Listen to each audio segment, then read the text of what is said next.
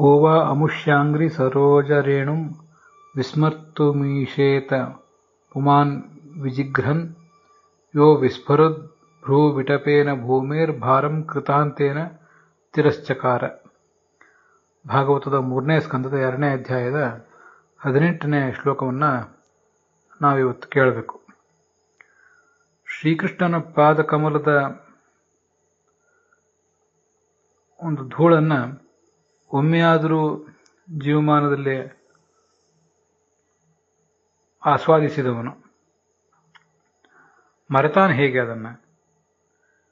ಅದೆಲ್ಲ ಅವನ ಮಹಾಮಹಿಮೆಗೆ ಸೂಚಕ. ಅವನು ಒಂದು ಬಾರಿ ತನ್ನ ಹುಬ್ಬನ್ನು ಕೊಂಕಿಸಿದರೆ ಏನೆಲ್ಲ ಬದಲಾವಣೆಗಳಾಗಿ ಹೋಗ್ತವೆ. ಭೂಮಿಗೆ ಭಾರರಾದಂಥ ದುರ್ಜನರನ್ನು ಅವನೇ ತನ್ನ ಹುಬ್ಬಿನ ಕೊಂಕಿನಿಂದ ತೊಲಗಿಸಿದ.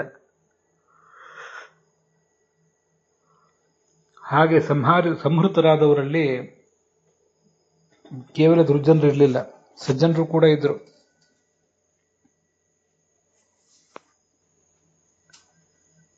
ಶಿಶುಪಾಲ ಮೂಲತಃ ತನ್ನ ಭಕ್ತ. ಅಸುರಾವೇಶದಿಂದ ಏನೋ ತನ್ನನ್ನು ದ್ವೇಷಿಸಿದ್ದಾನೆ ಅನ್ನೋದನ್ನು ಕೃಷ್ಣ ಗುರುತಿಸಿದ. ಅವನು ಮಾಡಿದ ದ್ವೇಷವನ್ನು ಮರೆತ. ಅವನಿಗೆ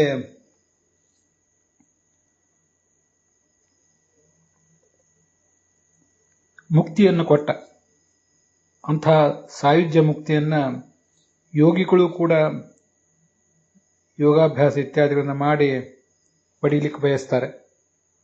ಇಂಥ ಮಹನೀಯ ಕೃಷ್ಣ, ಅಂಥವನ ವಿಯೋಗವನ್ನು ನಾವೀಗ ಸಹಿಸಿಕೊಳ್ಬೇಕಾದ ಪ್ರಸಂಗ ಬಂದಿದೆ. ಇದು ನಮಗೆ ತೀವ್ರ ದುಃಖ ತಂದೊಡ್ಡಿದೆ ಅಂತಾನೆ ಉದ್ಧವ ವಿದುರನಿಗೆ. ಇಲ್ಲಿ ವಿಟಪ ಅನ್ನೋ ಶಬ್ದಕ್ಕೆ ಲೇಷ ಅಂತ ಅರ್ಥ ಮಾಡಿದ್ದಾರೆ. ವಿಸ್ಫುರದ್ ಭ್ರೂ ವಿಟಪೇನ, ಈ ಲೇಷ ಅಂತ ಅರ್ಥ ಮಾಡಿರೋರು ವಿಜಯಧ್ವಜರು ಮತ್ತು ಯಾದವಾರ್ಯರು. ವಿಸ್ಫುರತ್ ಅಂದರೆ ಕೊಂಕುವುದು, ಕೊಂಕುವ ಭ್ರೂ ಅಂದರೆ ಹುಬ್ಬು, ಅದರ ಒಂದು ವಿಟಪ ಅಂದರೆ ಲೇಷ ಅಂತ ಅರ್ಥ ಮಾಡಿದ್ದಾರೆ ವಿಜಯಧ್ವಜರು ಮತ್ತು ಯಾದವಾರ್ಯರು. ಆದರೆ ವಿಟಪ ಅನ್ನೋ ಶಬ್ದಕ್ಕೆ ಮೂಲತಃ ಲೇಷ ಸಣ್ಣದು ಅನ್ನೋ ಅರ್ಥ ಇಲ್ಲ, ಚಿಕ್ಕದು ಅನ್ನೋ ಅರ್ಥ ಇಲ್ಲ. ಅವನ ಹುಬ್ಬಿನ ಸಣ್ಣ ಕುಣಿತ ಒಂದು ಈ ಭೂಭಾರಭೂತರಾದ ದುರ್ಜನರಿಗೆ ನಾಶಕಾಯಿತು ಅಂತ ಅನುವಾದ ಮಾಡಿದ್ದಾರಲ್ಲ, ಅನುವಾದ ಎಲ್ಲ ಸರಿಯೇ, ಆದರೆ ಸಣ್ಣದು ಅಂತ ಅದಕ್ಕೆ ನೇರವಾದ ಅರ್ಥ ಇಲ್ಲ. ಅದಕ್ಕೆ ಕೋಶಗಳಲ್ಲಿ ಅರ್ಥ ಇರುವುದು ವಿಟಪ ಅಂದರೆ ಚಿಕ್ಕ ಮೊಳಕೆ, ಚಿಕ್ಕ ಒಂದು ಚಿಗುರು ಅಂತ ಹೀಗೆಲ್ಲ. Young branch of a tree or creeper, ಇದು ನಮಗೆ ಕೋಶಗಳಲ್ಲಿ, ಕೆಲವು ಇಂಗ್ಲಿಷ್ ಕೋಶಗಳಲ್ಲಿ ಕಾಣಿಸೋದು. ಕನ್ನಡ ಕೋಶಗಳಿಗೆ ಅನುಸಾರವಾಗಿ ಕೂಡ ಬಳ್ಳಿ, ಮರ ಮೊದಲಾದವುಗಳ ಶಾಖೆ, ರೆಂಬೆ ಮತ್ತು ಸಣ್ಣ ಸಣ್ಣ ಕುಡಿಗಳು, ಚಿಗುರುಗಳ ಗುಂಪು ಅಂತ ಹೀಗೆಲ್ಲ ಅರ್ಥ ಬರೆದಿದ್ದಾರೆ. ಲತೆ, ಬಳ್ಳಿ, ಮರ ಮೊದಲಾದವುಗಳ ಒಂದು ಬ್ರಾಂಚ್, ಶಾಖ ಅಂದರೆ ಬ್ರಾಂಚ್, ಹೀಗೆ ಅರ್ಥ ಆಗ್ಬೋದು. ಅಥವಾ ರೆಂಬೆ ಮತ್ತು ಕುಡಿಗಳ ಗುಂಪು ಅಂತ ಅರ್ಥ ಆಗಬಹುದು. ಅದು ಚಿಕ್ಕ ರೆಂಬೆ, ಪಲ್ಲವ, ಚಿಗುರು ಅಂತ ಅರ್ಥ ಇರೋದ್ರಿಂದ ಚಿಗುರು ಅನ್ನೋದು ಸಣ್ಣದಾಗಿರ್ತದೆ, ಇನ್ನೂ ಕೂಡ ದೊಡ್ಡದಾಗಿರೋದಿಲ್ಲ. ಆದ್ದರಿಂದ ಇಲ್ಲೂ ಕೂಡ ಆ ಭ್ರೂ ವಿಟಪ ಅಂದರೆ ಹುಬ್ಬೆಂಬ ಬಳ್ಳಿ ಅಂತ ಒಬ್ಬರು ಅರ್ಥ ಮಾಡಿದ್ದಾರೆ. ಕೋಶಗಳಲ್ಲೇ ಈ ಶ್ಲೋಕವು ಕೂಡ ಕಾಣಿಸ್ತದೆ.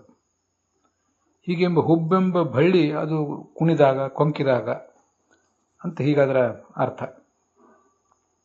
ಅಥವಾ ವಿಟಪ ಅನ್ನೋದಕ್ಕೆ ಎಳೆ ಒಂದು ಚಿಗುರು ಅಂತ ಅರ್ಥ ಬರ್ತದೆ. ಎಳೆ ಚಿಗುರು ಅಂದರೆ ಅದು ಬಲಿತದ್ದಕ್ಕೆ ಹೋಲಿಸಿದರೆ ಚಿಕ್ಕದು, ಸ್ವಲ್ಪ ಲೇಷ ಅಂತ ಅರ್ಥ ಆಗ್ತದೆ. ಅಂತೂ ಲೇಷ ಅನ್ನೋ ಶಬ್ದ ವಿಟಪ ಎಂಬ ಶಬ್ದಕ್ಕೆ ನೇರವಾಗಿ ಬರುವ ಅರ್ಥ ಅಲ್ಲ. ಚಿಗುರು ಅಂತ ಅರ್ಥ ಇರೋದ್ರಿಂದ ಚಿಗುರು ಅಂದರೆ ಅದು ಬಹಳ ಅಲ್ಲ, ಚಿಕ್ಕದು. ಚಿಗುರಾಗಿದ್ದದ್ದು ಬಲಿತರೆ ಅದನ್ನು ದೊಡ್ಡದು ಬಹಳ ಅಂತ ಕರೀತಾರೆ, ದೊಡ್ಡದು ಅಂತ ಕರೀತಾರೆ. ಚಿಗುರು ಸಣ್ಣದಾದ್ರಿಂದ, ಎಳೆಯದಾದ್ರಿಂದ ಅದನ್ನು ಸಣ್ಣ ಕುಣಿತ, ಸಣ್ಣ ಕೊಂಕು ಅಂತ ಹೀಗ ಅರ್ಥ ನಾವು ಭಾವಾರ್ಥದ ದೃಷ್ಟಿಯಿಂದ ಮಾಡ್ಕೊಳ್ಳಿಕ್ಕೆ ತೊಂದರೆ ಇಲ್ಲ. ಆದರೆ ಶಬ್ದದ ದೃಷ್ಟಿಯಿಂದ ವಿಟಪ ಅಂದರೆ ಚಿಕ್ಕದು ಅಂತ ಅರ್ಥ ಇಲ್ಲ. ಚಿಕ್ಕದು ಅನ್ನೋದಕ್ಕೆ ಅದು ವಾಚಕ ಅಲ್ಲ ಅಂತ ತಿಳ್ಕೋಬೇಕು. ಮುಂದೆ ಶ್ಲೋಕದಲ್ಲಿ ವಿಟಪೇನ ಕೃತಾಂತೇನ ಅಂತಿದೆ. ಕೃತಾಂತ ಅಂದರೆ ಯಮ ಅಂತ ಅರ್ಥ. ಯಮ ಸರ್ವಕ್ಕೂ ನಾಶಕ ಆಗ್ತಾನೆ.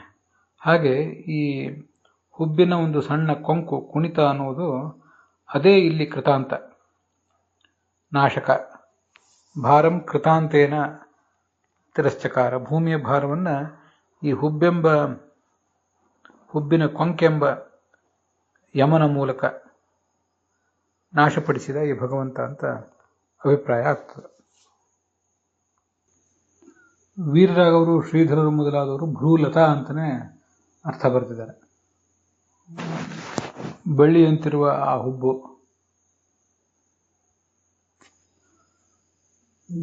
ಮುಂದಿನ 19ನೇ ಶ್ಲೋಕದಲ್ಲಿ ನಾವು ನೋಡಬೇಕಾದ ವಿಷಯ ಏನೂ ಇಲ್ಲ. ಅಲ್ಲಿ ವಿಜಯಧ್ವಜರ ಟಿಪ್ಪಣಿಯಲ್ಲಿ ಅಸುರ ಅಪಿ ಯೇ ವಿಷ್ಣುಂ ಶಂಖಚಕ್ರ ಗದಾಧರಂ ಭಕ್ತಿಪೂರ್ವಂ ಅವೇಕ್ಷಂತೆ ಜ್ಞೇಯ ಭಾಗವತ ಅಪಿ ಅಂತ ಒಂದು ಶ್ಲೋಕ ಇದೆ. ಅದು ಬ್ರಹ್ಮಪುರಾಣದ ಶ್ಲೋಕ, ಭಾಗವತ ತಾತ್ಪರ್ಯದಲ್ಲಿ ಬಂದದ್ದು. ಆದರೆ ಅದು ಮುಂದಿನ ಭಾಗವತ ತಾತ್ಪರ್ಯ ಶ್ಲೋಕದಲ್ಲಿ 24ನೇ ಶ್ಲೋಕದಲ್ಲಿ 24ನೇ ಭಾಗವತ ಶ್ಲೋಕವನ್ನು ವಿವರಿಸುವಾಗ ಬಂದ ಭಾಗವತ ತಾತ್ಪರ್ಯದ ಶ್ಲೋಕ. ಅದನ್ನು ವಿಜಯಧ್ವಜರು ಇಲ್ಲೇ ಉದ್ಧರಿಸಿದ್ದಾರೆ. ಅಸುರರಾದರೂ ಕೂಡ ಭಗವಂತನನ್ನು ಧ್ಯಾನಿಸಿದರೆ ಅವರನ್ನು ಭಾಗವತರು ಅಂತಲೂ ತಿಳಿಬೇಕು. ಇನ್ನು ಈ ಭಗವಂತನನ್ನು ಋಷಿಪುತ್ರರಾಗಿ ಹುಟ್ಟಿದವರು ಕೂಡ ಒಂದು ವೇಳೆ ದ್ವೇಷಿಸಿದರೆ ಅವರನ್ನು ದೈತ್ಯರು ಅಂತಲೇ ತಿಳಿಬೇಕು ಅಂತ ಮಾತು ಬಂದಿದೆ. ಅದು ಮುಂದೆ ಭಾಗವತ ತಾತ್ಪರ್ಯದಲ್ಲಿ ಬರುವುದು. ಅದನ್ನು ಇಲ್ಲೇ ವಿಜಯಧ್ವಜರು ಉದ್ಧರಿಸಿದ್ದಾರೆ. ಹೀಗೆ ಇವೆರಡು ಶ್ಲೋಕಗಳ ವಿವರದೊಂದಿಗೆ ಇವತ್ತಿನ ಭಾಗ ಸಮಾಪ್ತ ಆಗಿದೆ.